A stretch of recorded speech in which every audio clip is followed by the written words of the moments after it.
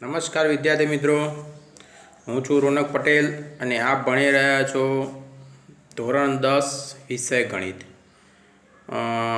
આપણે chapter number 1, chapter number 6 અને chapter number 15 સંભાવના એનો અભ્યાસ અગાઉના લેક્ચરોમાં કરી દીધો છે. સચિનભાઈ સાહેબે તમને ચેપ્ટર નંબર 2 બહુપદી પણ ભણાવ્યું છે. એના પણ વિડીયો તમે અભ્યાસ કરી દીધો હશે. તો હવે આગળના વિડીયોમાં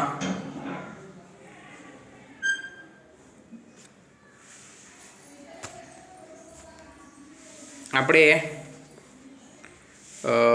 ચેપ્ટર નંબર 5 સમાંતર શ્રેણી એનો અભ્યાસ કરવા જઈ રહ્યા છીએ. તો સમાંતર શ્રેણી ચેપ્ટર છે, એકદમ સરળ ચેપ્ટર છે. એને ધ્યાનથી તમારે વિડીયો સમજવાના, પહેલાં વિડીયો ધ્યાનથી જોવાના, પછી જ વિડીયો જોઈને સમજીને પછી ત્યારબાદ તમારે લખવું. તો આપણે હવે ચેપ્ટર નંબર 5 સમાંતર શ્રેણી જે ચેપ્ટર જે છે એ ચેપ્ટરની શરૂઆત કરવા જઈ રહ્યા છીએ. તો હવે હું ચેપ્ટર નંબર 5ની શરૂઆત કરી રહ્યો છું.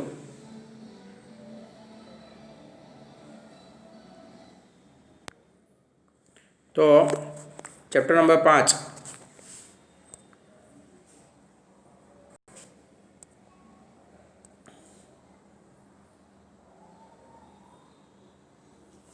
સમાંતર શ્રેણી.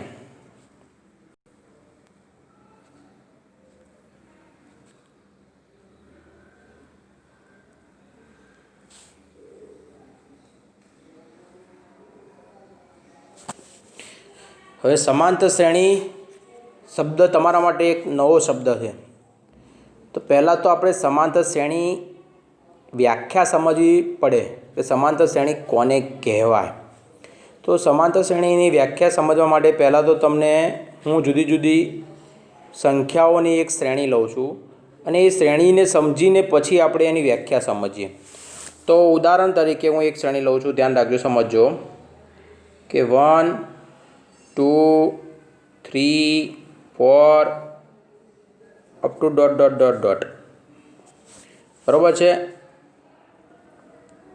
તો આ જે શ્રેણી જે છે તમે જુઓ કે બીજું પદમાંથી તમારે પહેલું પદ બાદ કરવાનું. એ જ રીતે ત્રીજા પદમાંથી, એટલે કે ક્રમિક બે પદોનો તફાવત કેવો થાય છે ચેક કરીએ આપણે. ચાલો, 2માંથી 1 બાદ કરો, કેટલા થાય છે? 2માંથી 1 બાદ કરો, કેટલા થાય છે? 1. 3માંથી 2 બાદ કરો, કેટલા થાય છે? 1. 4માંથી 3 બાદ કરો, કેટલા થાય છે? 1. તો અહીંયા તમે આગળ, હવે ધારો કે અહીંયા હું 5 લઉં તો 5માંથી 4 જાય કેટલા થાય છે? 1. તો બે પદોનો તફાવત, એટલે કે બીજું પદ માઇનસ પહેલું પદ, ત્રીજું પદ માઇનસ બીજું પદ, ચોથું પદ માઇનસ ત્રીજું પદ, પાંચમું પદ માઇનસ ચોથું પદ, એ ક્રમિક બે પદોનો તફાવત કેટલો મળે છે?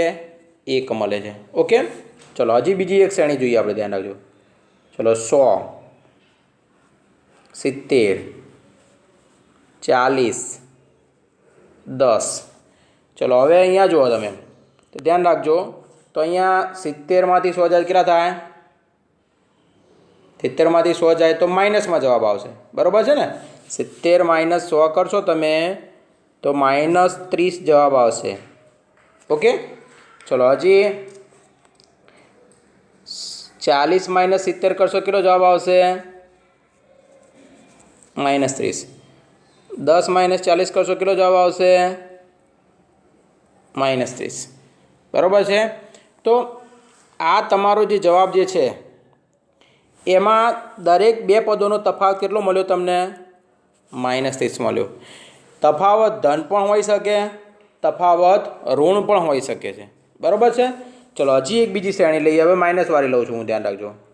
ચલો -3 -2 -1 0. હવે જો અહીંયા કેમિક તફાવત જુઓ તો માઇનસ બીજું પદ માઇનસ પહેલું પદ એટલે -2 માઇનસ માઇનસ પ્લસ થશે. માઇનસ માઇનસ શું થશે? પ્લસ. એ તો તમને આવડે છે. ચલો 3માંથી 2 જશે એટલે 1. બીજું પદ માઇનસ અને કૌંસમાં પાછું માઇનસ એટલે માઇનસ માઇનસ પ્લસ. ચલો એક તફાવત આવ્યો. ઓકે 0. જો આ એક તફાવત આવ્યો. અહીંયા પણ એક તફાવત આવ્યો. પછી 0 માઇનસ માઇનસ પ્લસ 1 બરાબર, કારણ કે 0માંથી -1 બાદ કરવાના છે એટલે માઇનસ માઇનસ શું થઈ જશે? પ્લસ. ચલો તફાવત કેટલો મળે છે? જો અહીંયા પણ તફાવત 1 મળ્યો, અહીંયા પણ તફાવત 1 મળ્યો, અહીંયા પણ, એટલે ક્રમિક બે પદો વચ્ચેનો તફાવત કેટલો મળ્યો? 1 મળ્યો. બરાબર છે. તો આ રીતે સમાંતર શ્રેણીની વ્યાખ્યા શું નક્કી થાય કે આપેલ પદોની શ્રેણીમાં ક્રમિક બે પદો વચ્ચેનો તફાવત કૌંસમાં ધન અથવા ઋણ જો સમાન હોય તો શું આપેલ પદોની શ્રેણીમાં, આપેલ સંખ્યાઓની શ્રેણીમાં બે ક્રમિક પદો વચ્ચેનો તફાવત ધન અથવા ઋણ, બરાબર, ધન અથવા ઋણ, અને એ કેવો હોય? સમાન હોય. કેવો હોય? સમાન. અલગ અલગ નહીં, સમાન હોય તો તેવી શ્રેણીને સમાંતર શ્રેણી કહેવામાં આવે છે. બરાબર છે. ઓકે, તો ચલો પહેલાં સમાંતર શ્રેણીની વ્યાખ્યા આપણે લખીએ. તો સમાંતર શ્રેણીની વ્યાખ્યા સમજીએ.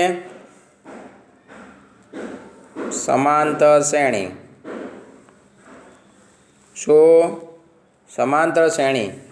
બરાબર છે.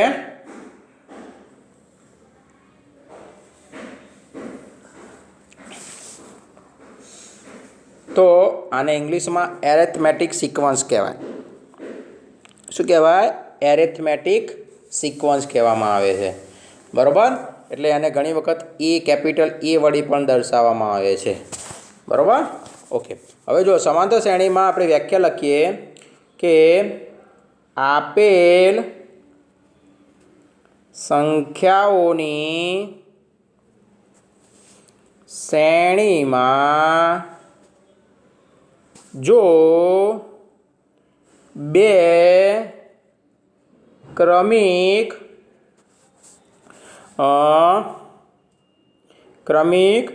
પદોનો તફાવત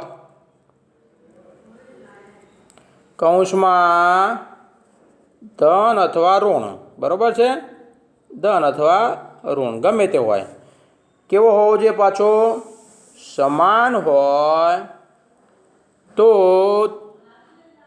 તે સંખ્યાઓની શ્રેણી સમાંતર શ્રેણીમાં છે તેમ કહેવાય.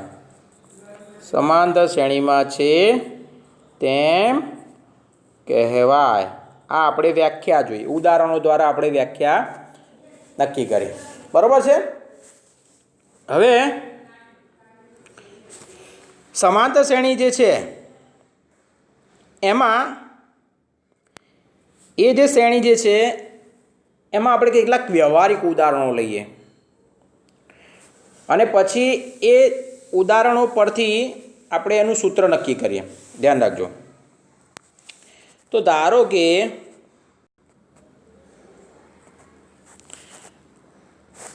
એક સ્કૂલ છે. હવે એક સ્કૂલમાં વિદ્યાર્થીઓ બધા એક હારમાં ઊભેલા છે,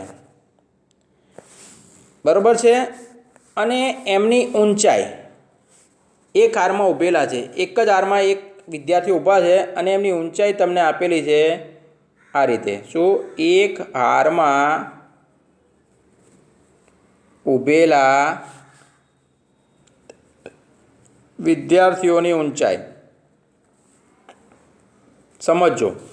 તો પહેલું 148 આપ્યું છે, પછી 149 આપ્યું છે, બરાબર છે, પછી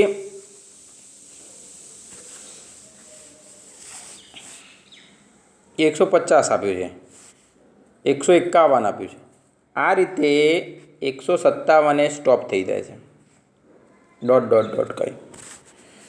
તો તમે જુઓ કે અહીંયા 149માંથી 148 જાય કેટલો તફાવત છે? 1નો. 150માંથી 149 જાય, કેટલો તફાવત છે? 1નો. 151માંથી 150 જાય, કેટલો તફાવત છે? 1નો. કે ક્રમિક બે પદો વચ્ચેનો જે એમની ઊંચાઈ, વિદ્યાર્થીની ઊંચાઈ આપી છે, એમની ઊંચાઈનો તફાવત કેટલોનો છે? 1 સેન્ટીમીટરનો તફાવત છે. 1 સેન્ટીમીટરનો તફાવત, કારણ કે આ ઊંચાઈ તમને સેન્ટીમીટરમાં આપેલી છે. શેમાં આપેલી છે? સેન્ટીમીટરમાં. બરાબર છે? તો 1 સેન્ટીમીટરનો તફાવત. તફાવત કેવો દેખાય છે? સરખો દેખાય. તો આ જે શ્રેણી જે છે એ શ્રેણીને સમાંતર શ્રેણી કહેવામાં આવે છે. બરાબર છે? ઓકે, ચલો હવે બીજું ઉદાહરણ જોઈએ. તો ઉદાહરણ નંબર 2.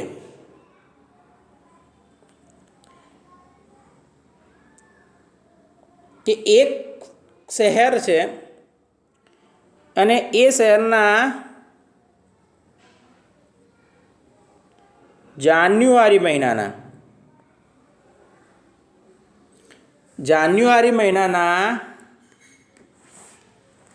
જે ન્યૂનતમ તાપમાન છે એમાં વધારો થાય છે. શું? ન્યૂનતમ તાપમાનમાં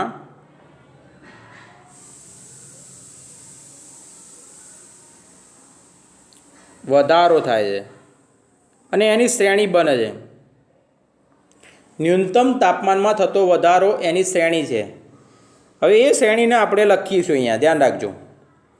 તો -3.1, સમજો, -3.0, -2.9, -2.8, -2.7, આટલે સુધી મેં લખી. બરાબર છે? હવે જો આપણે બીજું પદ માઇનસ પહેલું પદ કરવાનું છે. તો -3.0 માઇનસ અને પછી પેલા પણ માઇનસ, એટલે -3.1. ચલો, અહીંયા માઇનસ માઇનસ શું થઈ જશે? પ્લસ થઈ જશે. એટલે શું થશે? તમારે -3.0 વત્તા 3.1. બરાબર છે? ચલો, બાદ બાકી કરશો એટલે મોટામાંથી નાનું બાદ કરવાનું થશે આપણે. એટલે કેટલો તફાવત આવશે?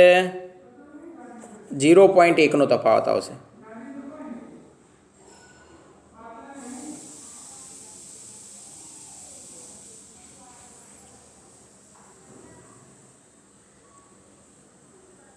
પછી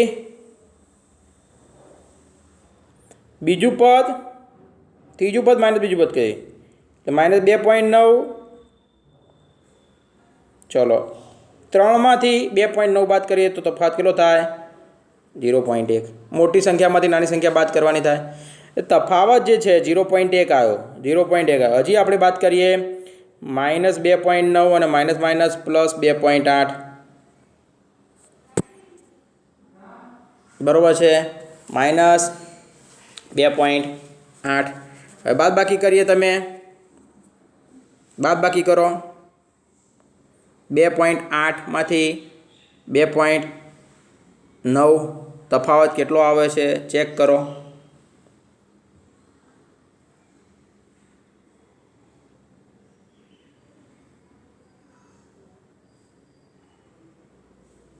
તો તફાવત તમારો 0.1 આવશે. તો બધાનો તફાવત કેટલો મળે છે? સરખો મળે છે. બરાબર છે?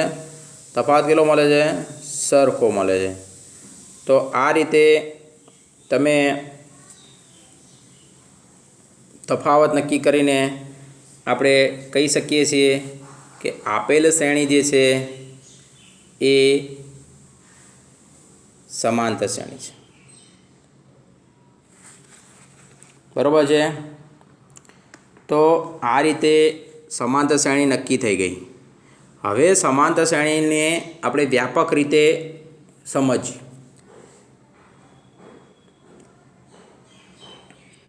પછી એના પહેલાં એક સમાંતર શ્રેણી જે છે એ શાંત શ્રેણી કોને કહેવાય?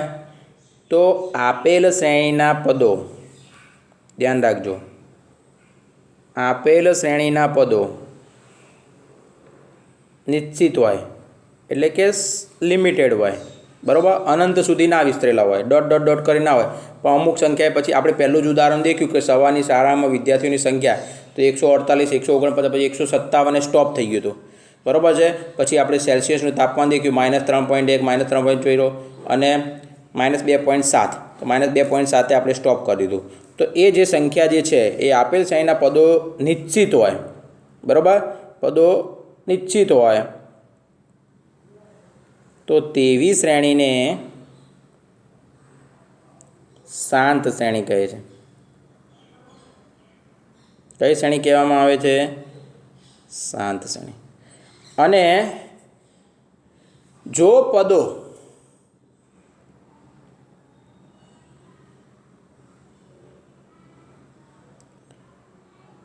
અનંત પદ સુધી વિસ્તરેલા હોય, ઉદાહરણ તરીકે આપણે લઈએ, ધારો કે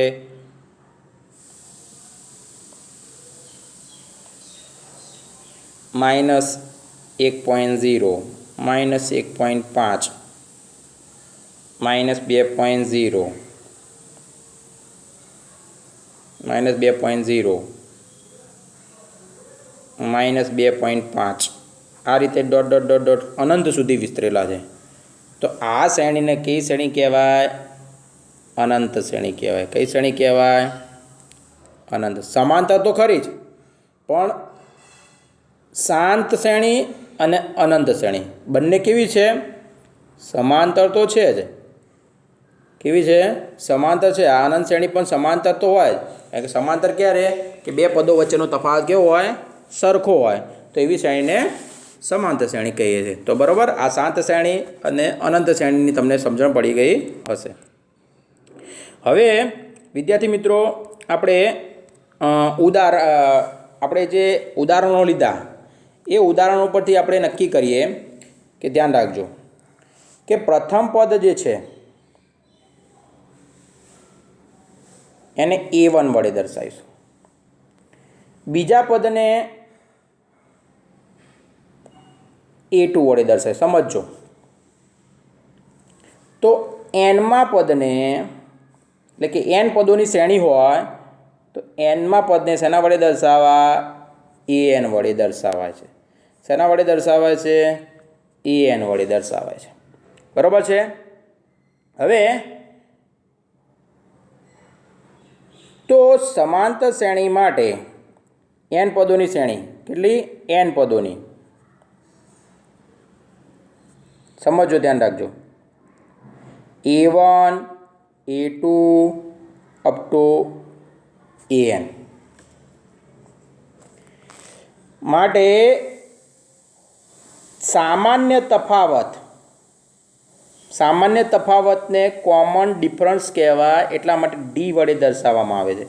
તો d ઇઝ ઇક્વલ ટુ બીજું પદ માઇનસ પહેલું પદ, ત્રીજું પદ માઇનસ બીજું પદ, આ રીતે nમું પદ અને એનાથી આગળનું n-1મું પદ, એ બધા જ પદોનો તફાવત કેવો હોય? સમાન હોય. તો n પદોની જે આ શ્રેણી જે છે એ સમાંતર શ્રેણી કહેવાય. બરાબર છે? ઓકે. હવે સમજણ પડી ગઈ? તો આપણે જે શ્રેણી લખીએ છીએ, સમાંતર શ્રેણીનું હવે સૂત્ર આવશે, ધ્યાન રાખજો. તો સમાંતર શ્રેણીનું nમું પદ શોધવાનું સૂત્ર, ધ્યાન રાખજો.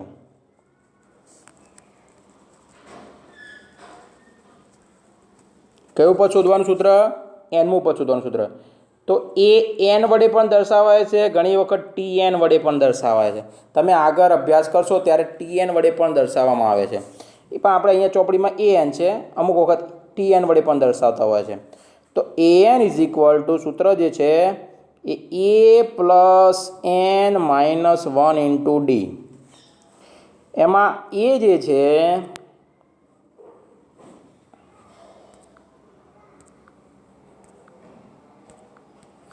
એ એ પ્રથમ પદ. પહેલું પદ હોય એને એ વડે દર્શાવાય છે. એન એટલે જે છેલ્લું પદ હોય એ અંતિમ પદ, જે શોધવાનું કીધું હોય તમને, બરાબર, એનમું પદ. અને ડી એટલે તમારો સામાન્ય તફાવત. સામાન્ય તફાવત કેવી રીતે શોધાય એ આપણે હમણાં અગાઉ જોઈ લીધું કે બીજું પદમાંથી પહેલું પદ. તો આ એનમું પદ શોધવાનું સૂત્ર છે સમાંતર શ્રેણીનું એનમું પદ શોધવા માટેનું સૂત્ર. તો an is equal to a plus n minus 1 into D. તો આના પરથી પ્રથમ પદ ધારો કે લખવું હોય, ધ્યાન રાખજો, આગળ સમજાવું છું, સમજજો. તો an is equal to a plus n minus 1 into D. પ્રથમ પદ જે છે એમાં હું એનની જગ્યાએ 1 મૂકું છું, તો અહીંયા મૂકજો, ધ્યાન રાખજો. તો એ અહીંયા 1 મૂકું છું, 1 માઇનસ 1 ઇન્ટુ ડી. 1 માઇનસ 1 એટલે 0, 0 ઇન્ટુ ડી એટલે 0, એટલે જવાબ શું હશે? ફક્ત એ. એટલે કે a1 ઇઝ ઇક્વલ ટુ એ લખાય. ચલો હવે a2, તો એની જગ્યાએ 2 મૂકો, તો a વત્તા 2 માઇનસ 1 ઇન્ટુ ડી. એટલે a2 a વત્તા 2માંથી 1 જાય એટલે ડી, એટલે a2 is equal to A plus D. a3 a વત્તા 3 માઇનસ 1 ઇન્ટુ ડી, એટલે a3 is equal to a વત્તા 2 માઇનસ 1 3 માઇનસ 1 એટલે 2d. તો આ રીતે એનમું પદ શોધવાનું, એન મૂકો તો એનમું પદ શોધવાનું સૂત્ર બની જાય એ પ્લસ. એટલે તમારે પ્રથમ પદ તો a1 is equal to A, a2 is equal to A plus D, a3 is equal to A plus 2d. એ રીતે આગળ વધતા જાઓ તો an is equal to A plus n minus 1 into D. એટલે તમારે એનમું પદ શોધવાનું સૂત્ર આયરું યાદ રાખવાનું. બરાબર છે? ઓકે, ચલો હવે આ એનમું પદ શોધવાનું સૂત્ર જે છે, બરાબર, એનો આપણે અભ્યાસ કર્યો. તો સમાંતર શ્રેણીનું એનમું પદ શોધવાનું સૂત્ર આપણને મળી ગયું. હવે આપણે સૂત્રોનો અભ્યાસ કરી દઈએ. એટલે તમારે આપણે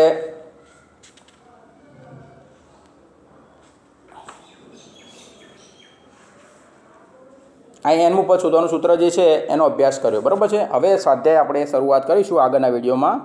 એ સ્વાધ્યાય 5.1 આપણે આગળના વિડીયોમાં જોઈએ. Thank you.